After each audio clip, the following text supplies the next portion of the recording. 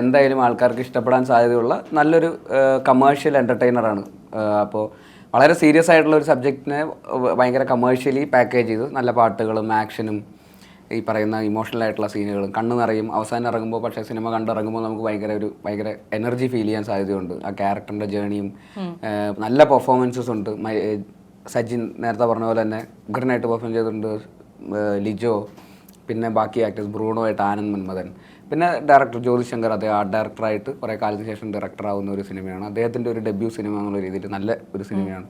നല്ല ക്യാമറ വർക്കാണ്. സാനു ജോൺ വർഗീസ് അദ്ദേഹം വിശ്വരൂപം പോലത്തുള്ള സിനിമകളൊക്കെ ക്യാമറ ചെയ്തിട്ടുള്ള വലിയ ലെജൻഡറി സിനിമകൾ ചെയ്തിട്ടുള്ള ക്യാമറമാൻ. അദ്ദേഹത്തിൻ്റെ ഭയങ്കര രസമുള്ള ഒരു സിനിമാറ്റോഗ്രാഫി. പിന്നെ music Justin Varghese. Writers Indugopan ചേട്ടൻ, അദ്ദേഹത്തെ എന്തായാലും മെൻഷൻ ചെയ്തേ പറ്റുള്ളൂ.